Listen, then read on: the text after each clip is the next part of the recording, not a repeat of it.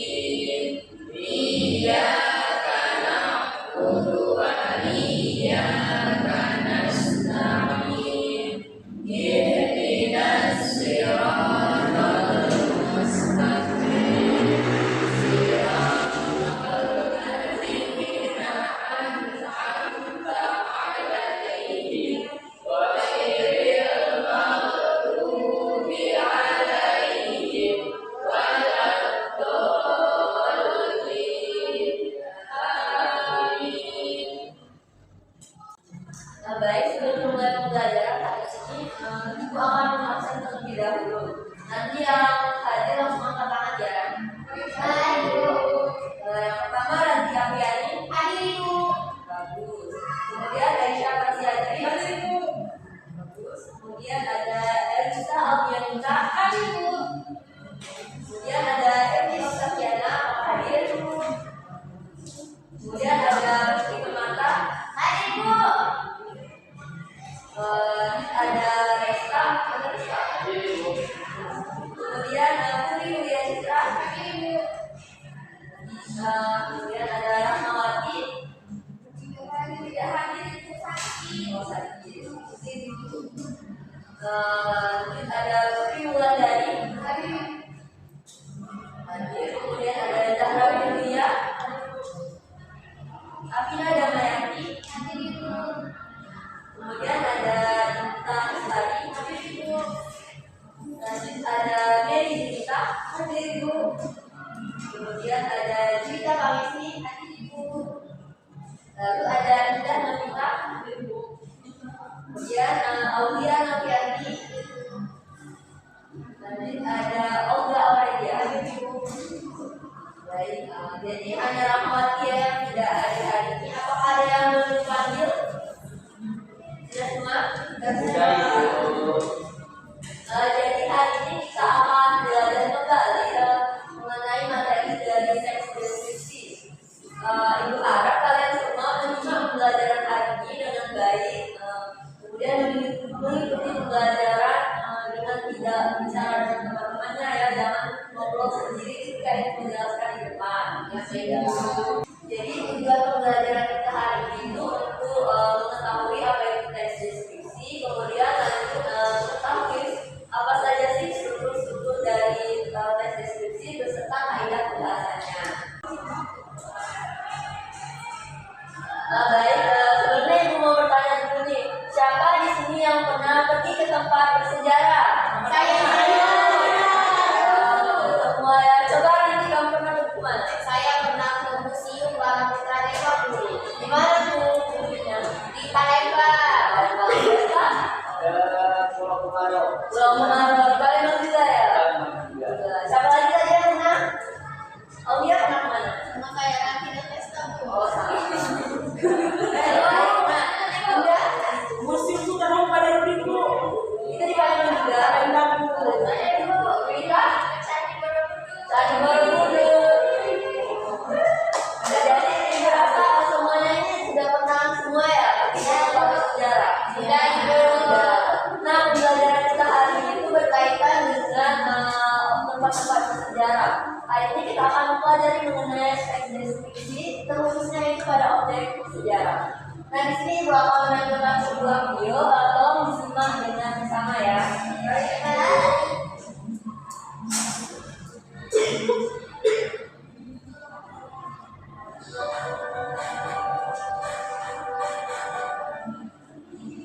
Candi Borobudur merupakan sebuah candi yang memiliki beberapa fungsi karena candi masuk ke dalam Contohnya diam ya. Candi Borobudur juga merupakan kuil budaya terbesar di dunia. Candi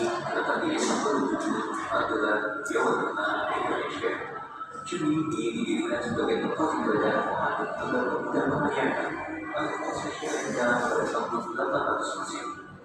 Candi Borobudur ini pertama kali ditemukan oleh Sir Thomas Stamford Raffles pada tahun 1614. Pada waktu itu, Candi Borobudur ditemukan dalam kondisi hancur dan terdiamkan. Candi Borobudur yang disebut jembatan pada awalnya berdiri sekitar 42 meter. Namun setelah dilakukan perbaikan, tinggi candi menjadi sekitar 4,5 meter. Dengan postur candi secara keseluruhan 59,129 meter persegi. Setiap tingkatan pada Candi Borobudur memiliki bentuk persegi panjang. Di depan Candi Borobudur ada ke arah timur, meskipun seperti sini semua. Pada Candi Borobudur terdapat 3 tingkatan rawan.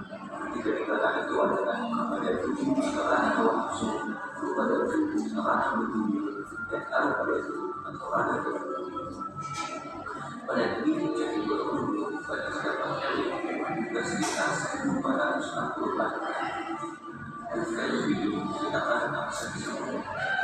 Pada dinding Candi Borobudur bisa berbahasan tentang jadi bagian rencana awal kali berbahasan yaitu Candi semua dan membaca pada terus berada dan terdapat sisi pada sekitar kisah percintaan yang tertulis pada Candi Borobudur. Kita yang tampak kita akan bisa memahami bukan malah sedapat ibadah dan manusia. Pada ini mendapatkan kekuatan manusia dan perjuangan disertai dengan apa yang dilakukan. Usaha adalah kaitan wisata. Hal ini memberikan dari nama pada sisi bersama. Hal yang membuat sesuatu figura ini apakah tentang sesama muda adalah desa berbeda. Dia adalah dari apa ada orang atau sebuah dilakukan. Selain biasa pada itu Borobudur juga akan menjadi sebuah tidak sempurna. Segala dan semua bukan sekarang.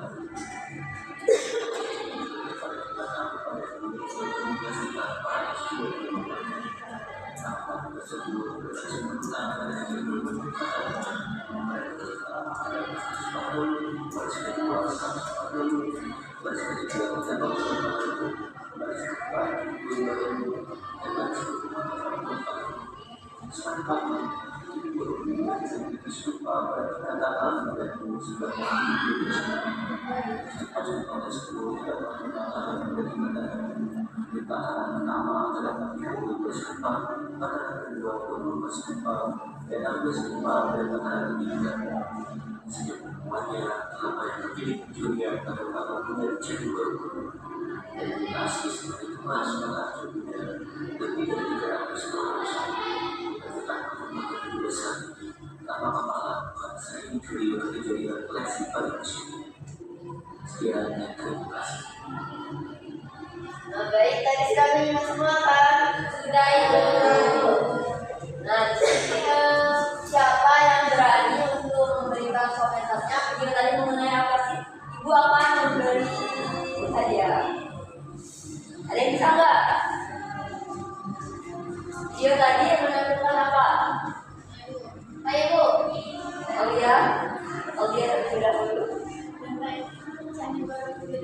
Tentang Candi Borobudur. Gimana tadi?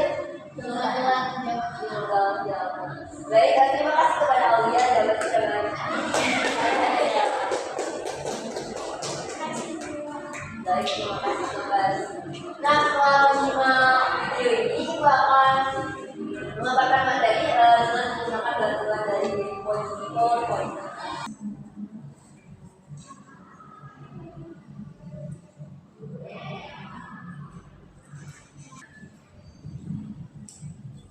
Nah, di sini masih ada yang ingat nggak kemarin apa sih tes deskripsi itu? Kemarin aku sudah menjelaskan. Ayo ingat. Gak ada yang ingat. Ayo kita. Teks deskripsi adalah teks yang menggambarkan sesuatu baik objek, bisa manusia, bisa tempat, dan lain-lain. Baik, bagus sekali. Beri tangan dulu Presta. Ada yang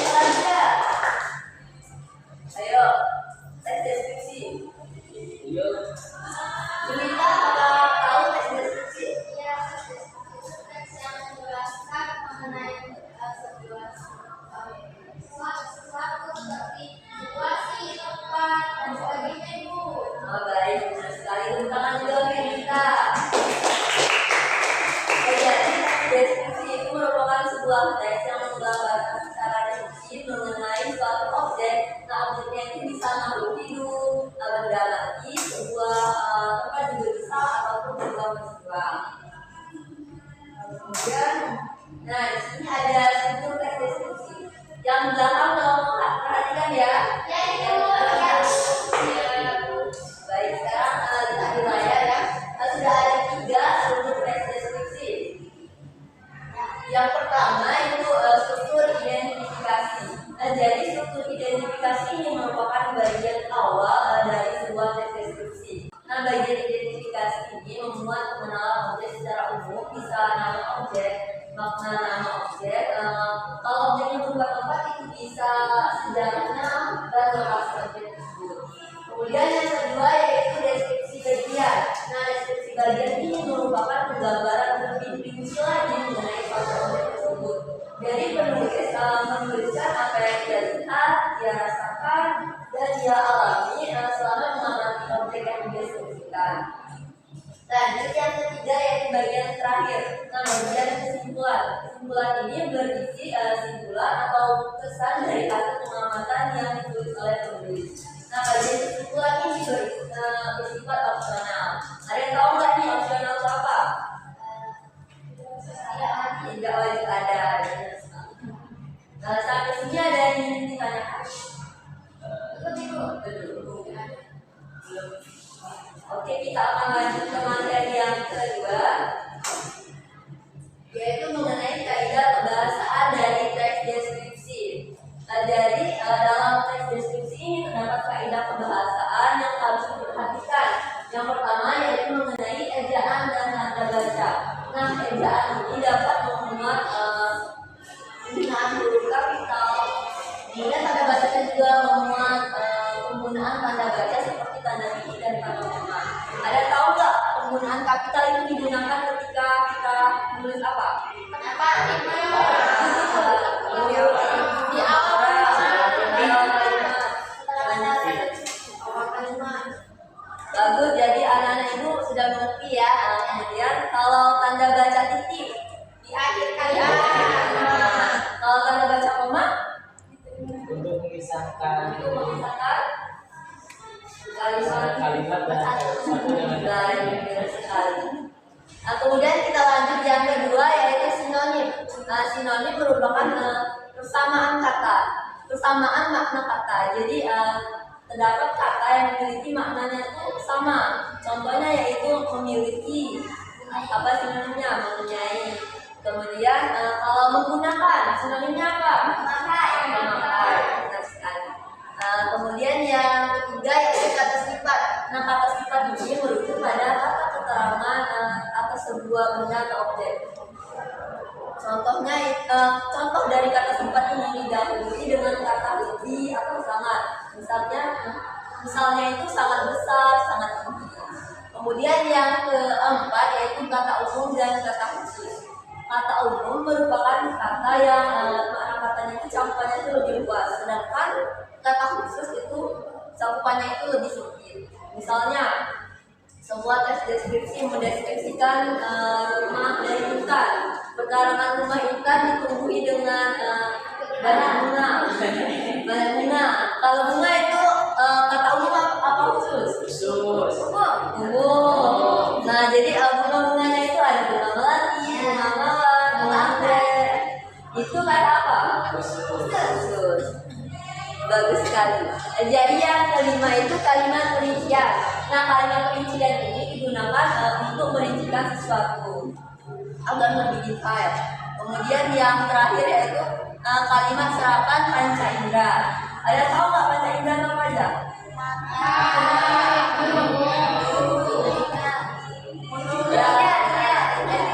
Nah, good, bagus. Nah, jadi dalam teks deskripsi ini terdapat kalimat serapan panca indera seperti kalimat yang mengamati, mengalami atau merasakan.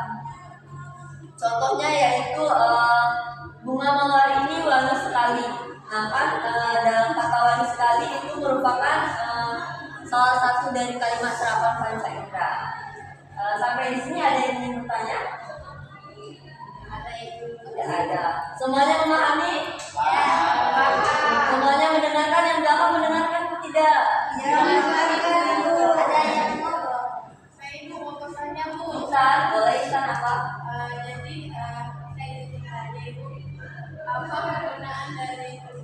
Sinonims dalam teks deskripsi. Baik, pertanyaan yang sangat bagus. Ada yang bisa menjawab nggak pertanyaan Intan? Putri, silakan. Penggunaan sinonim itu biar tidak bosan saja ibu, kata-katanya itu terus dipakai. Oh, baik, benar sekali. Jadi penggunaan kata sinonim itu agar penggunaan kata itu tidak bosan. Seperti dalam sebuah teks deskripsi tidak mungkin kita selalu menggunakan kata yang itu saja. Ada lagi yang ingin bertanya? Tidak? Berasa kalian semua sudah paham ya? Baiklah, kita lanjut ke tugas ya. Sekarang ibu akan membagikan lembar AKBD. Sebelum membagikan, ini tuh tugasnya kelompok. Jadi setiap kalian harus membuat kelompok terdiri dari 4 atau 5 orang. Itu berdasarkan barisan saja ya, biar tidak susah untuk membuat lagi. Jadi ini kelompok 1 dan ini kelompok 2 yang dapat kelompok 3. Ya ibu. Ayo silakan merapat. Apa ikut? Merapat tadi di perpus ya. Keluar bu. Baik, jangan ribut. Tidak.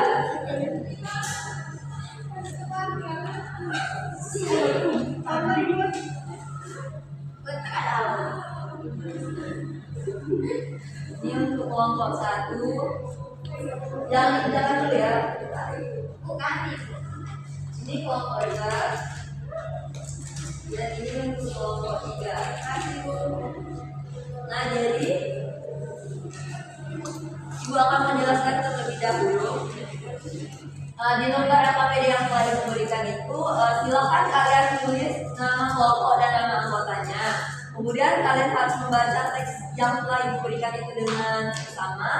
Lanjut, di situ ada 2 tugas. Yang pertama yaitu mencari struktur teksnya berdasarkan yang telah Ibu jelaskan tadi. Kemudian yang kedua itu mencari kaidah kebahasaan di dalam teks tersebut. Nah, ini dikerjakan secara kelompok ya. Jadi teman-temannya diajak dan jangan ribut. Ingat jangan ribut ya. Ayo, silakan kerjakan waktunya 15 menit. Mau ditanyakan tidak? Tidak. Yang lainnya itu ya. Ini kan diskusi. ya bu. Berbagi, bukan berbagi tugas ibu. Laduni. Kelompok 2. Laduni. Apa? Ada yang mau ditanyakan tidak? Jadi ibu isi. Ayo kerjakan ya. Jangan bermain handphone, nanti handphonenya disita. Kelompok 3. Aman ibu. Aman ya. Amin.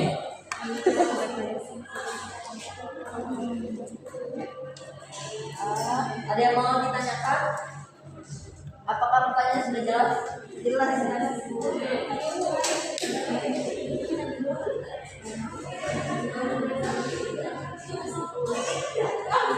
Kelompok 2 kenapa ini tidak diajak? Ya ibu. Ya jangan bercanda ya.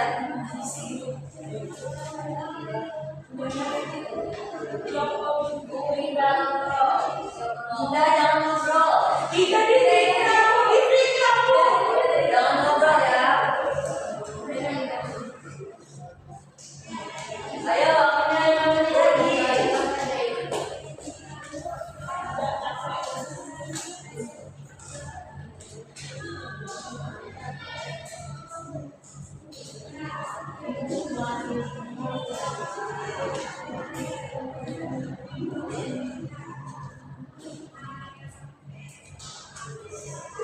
Baik, apakah sudah selesai semua? Baik, sekarang Ibu akan silakan masing-masing perwakilan dari kelompok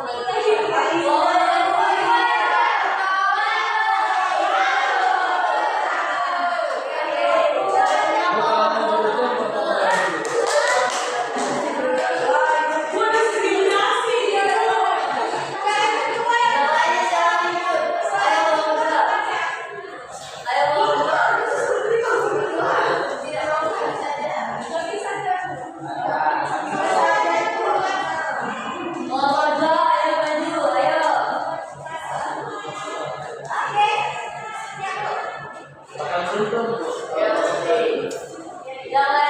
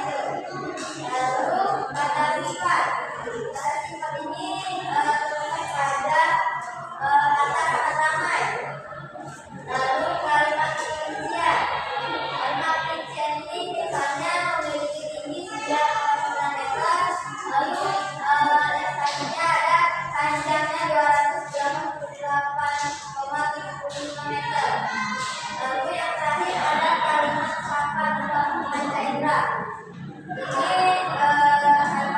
kata indah, yaitu pada panca indera mata.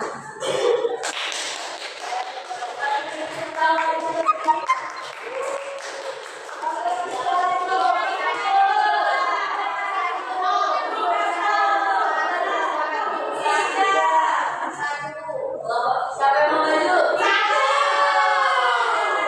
Nomor 1. Baik, pada nomor 1 silakan. Oke guys. 1, 2, 3. Nomor 1.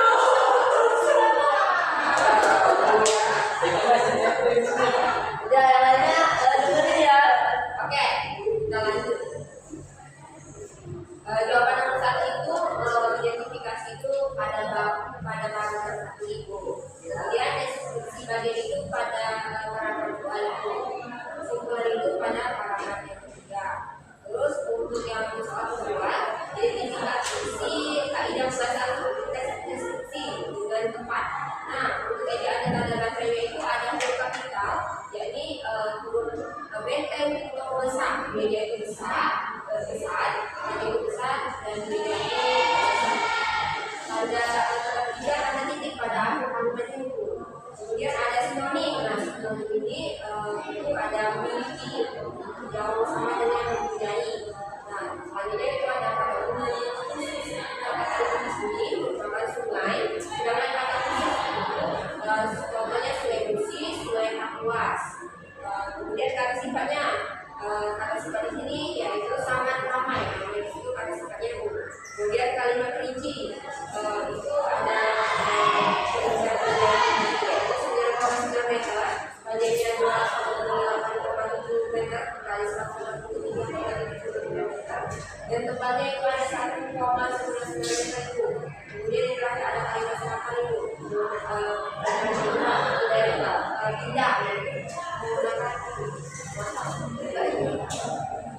Terima kasih. Tepuk tangan dulu untuk kelompok 1.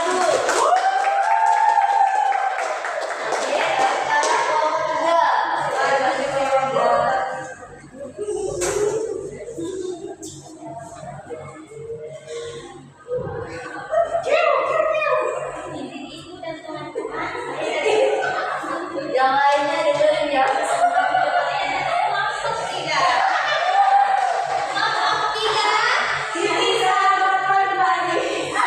Jadi kami akan mengidentifikasi bagian-bagian untuk teks deskripsi. Nama itu identifikasinya ada pada paragraf 1, kemudian deskripsi bagiannya ada pada paragraf 2, dan simpulan ada pada paragraf 3. Tentu saja hasil diskusi kami itu.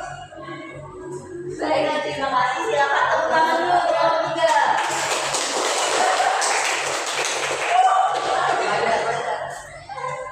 Baik, sepertinya setiap kelompok sudah mampu ya untuk menelaah mengenai struktur teks dan kaidah kebahasaan. Boleh APD-nya dikumpulkan terlebih dahulu? Sudah sobek dulu. Sudah sobek? Ya deh. Mana kelompok 2?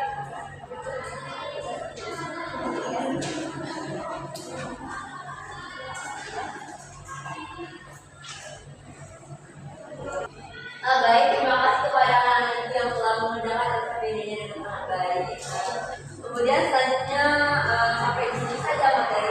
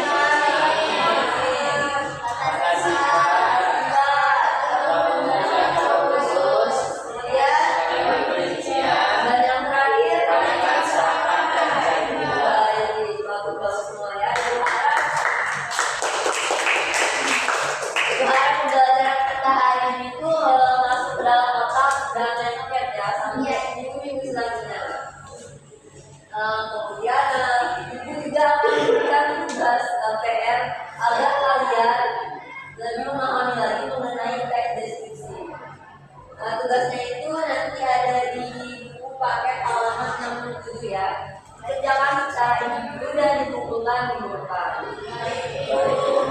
Baik, Ibu sekali lagi berterima kasih kepada anak-anak Ibu yang sudah menyimak pembelajaran hari ini dengan sangat baik. Nah, sebelum menutup ada yang ingin memberikan komentar tentang pembelajaran hari ini? Ayo, oke Dinita. Jadi pembelajaran hari ini sangat menarik. Terus ada yang digunakan. Baik. Sangat baik, ibu diskusinya sangat semangat dan lancar. Oke, makasih kepada Dinita. Apakah teman-teman yang lain setuju? Baik, sampai sini saja pembelajaran kita hari ini. Kepada ketua kelas silakan untuk memimpin. Baik teman-teman, karena pembelajaran sudah selesai, mari kita tutup pembelajaran kali ini.